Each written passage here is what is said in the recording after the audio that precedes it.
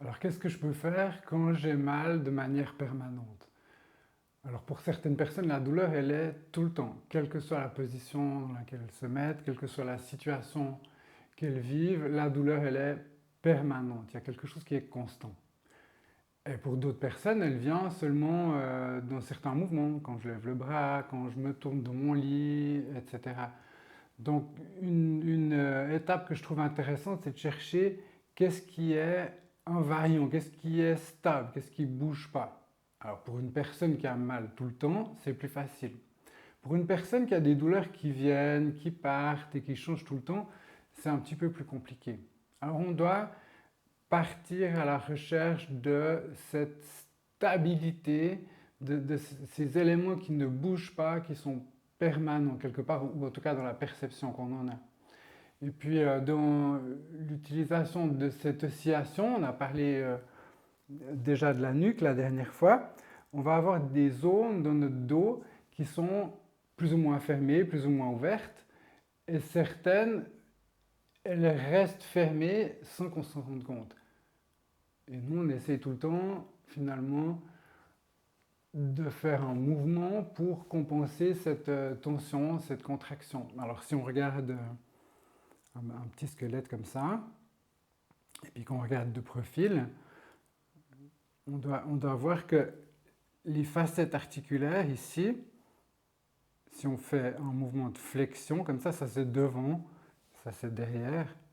Donc si cette personne, elle fait ce mouvement de flexion, il y a quelque chose qui s'ouvre ici. Puis si elle fait un mouvement d'extension, il y a quelque chose qui se ferme, qui se raccourcit. Donc on a ce mouvement-là, et puis on va avoir certaines zones qui en fait restent toujours en extension, comme ça, et du coup quand on fait une flexion, on va emmener ces deux bouts de manière attachée avec nous, puis on ne va même pas le réaliser. Alors une manière d'observer ça, si par exemple j'essaie de me tenir vraiment normal, assez droit, comme j'ai l'habitude de me tenir, pas avachi, mais plutôt droit. Puis je vais laisser ma tête descendre, et je vais essayer de sentir à quel moment est-ce que ça tire dans mon dos, à quel moment est-ce qu'il y a un étirement. Donc je laisse ma tête suspendue comme ça, et je sens cet étirement dans mon dos. Maintenant, je ne vais pas bouger ma tête, je vais la laisser au même endroit. Je vous montre de profil. Comme ça. Ma tête, elle est posée. Moi, je suis assez droit. Et je sens cet étirement. Sans bouger ma tête, je me détends. J'arrête d'essayer de me tenir droit. Je laisse ma colonne vertébrale s'affaisser quelque part. Et les facettes qui sont dans mon dos, elles peuvent s'ouvrir. Puis à ce moment-là, ce que je réalise, c'est que la capacité de mouvement de ma tête, de mes cervicales, elle a changé. Vous voyez, je peux aller beaucoup plus bas. Je peux aller jusque là. Et ça tire toujours pas pour moi. Ça veut dire que quand je suis ce que j'estime moi normal, quand je suis plus ou moins droit, si je descends ma tête, à partir de là, ça commence à tirer dans ma nuque. Puis si je descends plus bas, ça tire plus du tout, je peux aller jusque là. Donc qu'est-ce que ça veut dire? Dans le fond, quand je suis droit, ma nuque, elle est déjà engagée dans un mouvement que moi je ne sens pas. Elle est déjà engagée dans ce mouvement d'extension. Donc en fait, mon idée de qu'est-ce qui est le point neutre pour ma nuque, ce n'est pas le vrai point neutre pour ma nuque. Donc on va chercher maintenant ensemble le point neutre pour notre nuque, ou en tout cas dans ce plan-là. Donc si vous arrêtez cette tenue, vous lâchez, mais sans vous affaisser. C'est-à-dire, je lâche mon dos, mais en même temps, je veux pouvoir être posé sur mon bassin. Je ne veux pas quitter l'axe de mon bassin. Donc, je suis plus ou moins au-dessus de mon bassin, je me détends et je ne vais pas aller jusqu'où je sens une compression. Parce qu'évidemment que si je fais comme ça, là, je sens dans mon ventre, c'est complètement compressé. Donc je vais descendre, mais je ne vais pas aller jusqu'à où ça compresse. Donc je descends, comme ça. Là, je sens que ça compresse dans mon ventre, il y a plus de pression, une accumulation de pression. Alors je remonte un petit peu. Mais je reste détendu, mon bassin est détendu, ma tête est posée en fait sur mes épaules. Et puis je vais voir, maintenant quand je suis là, si je vais au maximum d'extension, jusqu'où est-ce que je vais aller? Et je vois que je ne vais pas très loin. Et au maximum de flexion, jusqu'où est-ce que je vais aller? Donc dans mon cas, je peux aller très loin. Et puis je vais aller maintenant chercher l'endroit qui est entre deux. Donc là, je suis au maximum d'extension. Là, ici, je suis au maximum de flexion. Ça fait là, entre deux, ça ferait à peu près là. Donc pour ma nuque à moi, le point neutre, il serait là. Donc si maintenant, je veux pouvoir poser ma tête tranquille au-dessus de mon thorax, je vais faire comme je fais d'habitude, je vais tirer encore plus dans ma nuque. Et à la fin, je me retrouve dans une situation où je suis toujours en extension dans cette zone-là. C'est pour ça que quand j'arrête cet effort, tout d'un coup, je récupère la capacité de flexion qui est inhibée par ma posture. Donc en résumé, il y a une partie de ma posture où j'inhibe une mobilité de manière permanente parce que c'est la manière dont je me tiens moi. Et sûrement pour vous, certains d'entre vous, ce sera différent. Vous n'aurez pas une difficulté à descendre, vous aurez peut-être une difficulté de l'autre sens. Donc ce sera individuel. Maintenant, si je veux comprendre comment contrer cet effet, pour moi, c'est de la science-fiction d'être comme ça, avec la tête là. J'aime pas. Donc je vais toujours essayer de me tenir. Donc du coup, maintenant, j'ai compris ça intellectuellement. Puis ce que je vais faire, c'est que je vais osciller entre cette habitude que j'ai de tenir ma tête là-haut et le point que j'ai vérifié que c'est plus ou moins l'endroit neutre. Donc je viens vers cet endroit neutre et je remonte pour être plus droit. Et je redescends vers cet endroit neutre et je remonte pour être plus droit. Puis je commence à sentir mes muscles, ces muscles que j'utilise tout le temps pour me tenir droit dans ma nuque et qui, oui, effectivement, ils sont tout le temps contractés chez moi. Donc j'ai découvert une invariance, c'est-à-dire quelque chose qui reste toujours pareil.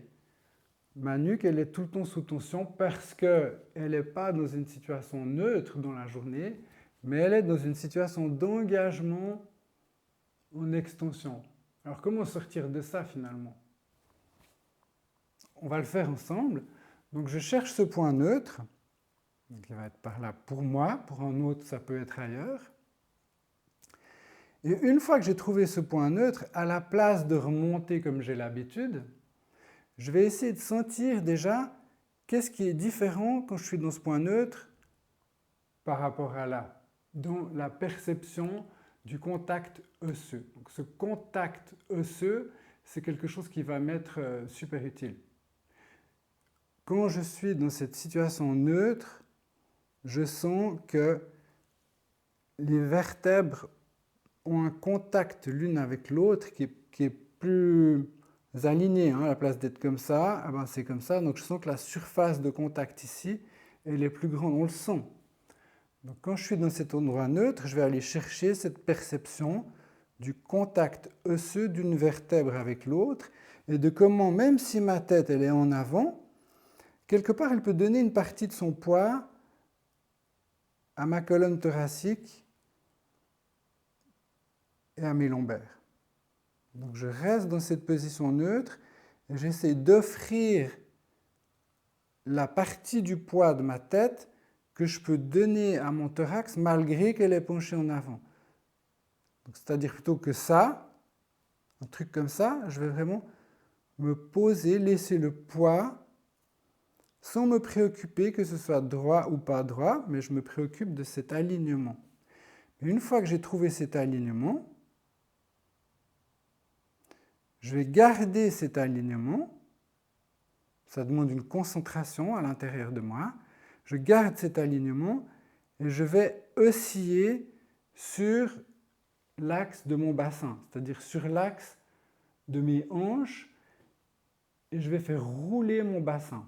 Mais je ne vais pas le faire rouler en tirant mon bassin, je vais le faire rouler parce que je vais transporter tout ça dans une oscillation. Donc le point fixe finalement, c'est l'ischion, pas la hanche, l'ischion, le contact osseux de mon ischion sur la chaise. Ma tête, elle est dans cette position neutre, et je transporte tout ça finalement sans tellement bouger la colonne en avant. Donc je scie vers l'avant. Je me retrouve maintenant penché en avant, comme ça. D'abord, je suis descendu. J'ai cherché mon point neutre pour la nuque. J'ai transporté cette nuque et ce contact osseux vers l'avant. Et puis quand je suis suffisamment en avant pour être légèrement en avant de mes ischions, je m'arrête. Je peux poser mes mains sur les cuisses. Et là, je me concentre pour trouver comment ma nuque peut être sûre d'être dans cet axe finalement neutre. Je m'arrête et je vais chercher où est-ce que je peux me détendre. Est-ce que je peux lâcher les épaules? Est-ce que je peux lâcher mon ventre? Et puis je vais constater en fait que ma colonne elle est légèrement courbée comme ça. Et comme elle est courbée, quelque part, même si je suis penché en avant, je ne peux pas passer en avant parce que c'est comme une arche romaine. Hein. C'est comme une arche romaine. Et du coup, les os se tiennent les uns avec les autres. Donc, pour sortir de cette structure architecturale de ma colonne, quand je suis dans cette position, ce que je vais faire, c'est que je vais autoriser un léger dégagement, c'est-à-dire à la place de juste utiliser le poids de ma tête dans mon thorax, je vais autoriser mon thorax à soutenir ma tête. Je vais essayer de sentir comment est-ce que je pourrais arrêter d'empêcher ma tête de trouver une directionnalité. Ça veut dire que inconsciemment, je suis tout le temps en train de tenir ma tête, tenir ma nuque, tenir mes épaules. Donc, j'aimerais sentir que le poids. Et comment est-ce que, vu que je suis penché en avant, je peux ressentir la poussée qui vient du sol et qui vient de mes ischions. Donc si je peux maintenant me détendre, par exemple, moi je vois, si je détends mes jambes, il se passe ça, une espèce d'ascension. Et alors, dans cette ascension, il y a quelque chose qui se redresse à l'intérieur de moi, mais qui n'est pas l'effet d'une contraction comme d'habitude. Et ma tête, elle est relativement neutre. Elle n'est plus dans cette espèce d'extension permanente. Voilà, donc je suis dans ce nouvel espace où tout d'un coup, j'ai retrouvé la position du départ qu'on a faite ensemble. On était droit et puis on laissait la tête descendre. Alors maintenant, je vais de nouveau laisser ma tête descendre pour vérifier. Et qu'est-ce que je vois? Je suis resté pourtant relativement dans la même position qu'au départ, mais cette fois, je peux aller jusqu'en bas. C'est-à-dire que ma nuque, j'ai arrêté de l'empêcher d'être dans sa position neutre. Et maintenant, elle est plus neutre, donc j'arrive mieux à aller en avant. Et j'ai même un peu plus d'espace en arrière. Voilà. Alors pour résumer, si je suis droit, et puis que j'essaye de descendre avec ma tête, et puis qu'habituellement ici, je suis déjà tout le temps en tension, ça va être compliqué. En tout cas, c'était comme ça pour moi. Si par contre je descends là, je me détends, je permets une ouverture des facettes postérieures de mes vertèbres, et tout d'un coup, je récupère plus de mobilité. À partir de là, je vais commencer à évaluer où est-ce que mes vertèbres cervicales peuvent être le plus neutres possible, c'est-à-dire que les plateaux sont alignés les uns sur les autres. Et quand ça arrive, je le sens. Quand j'ai senti cet alignement qui n'est pas d'être droit, mais qui est d'être bien réparti au niveau des pressions, os contre os, quand j'ai trouvé cet endroit-là, qui est l'endroit neutre, je vais osciller. Je scie vers l'avant, tac. Et puis maintenant, je me retrouve penché en avant, mais bien sûr, même si je me détendais, il n'y a rien qui va changer de ma colonne parce que ça fait comme une arche et les os se tiennent les uns avec les autres. Pour pouvoir détendre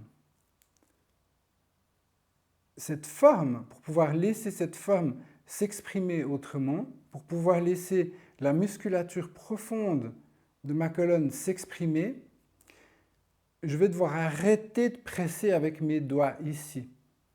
C'est-à-dire que je vais devoir sentir comment est-ce que je retiens ma tête, comment est-ce que je l'empêche d'être propulsé par le poids de mon bassin qui se transmet aussi vers le haut dans la colonne.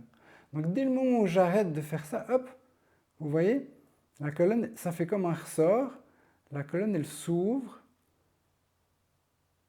et maintenant, je suis penché en avant, je n'ai plus cette traction, je n'ai plus quelque chose qui empêche ma colonne de remonter et automatiquement une activation des muscles profonds de mon dos qui va faire que ça se redresse, mais ça se redresse sans effort. Et ma respiration, elle va être plus ample. Je vais le sentir tout de suite quand j'ai eu accès à cet espace. Voilà, je vous souhaite du plaisir dans cette exploration et je vous dis à bientôt.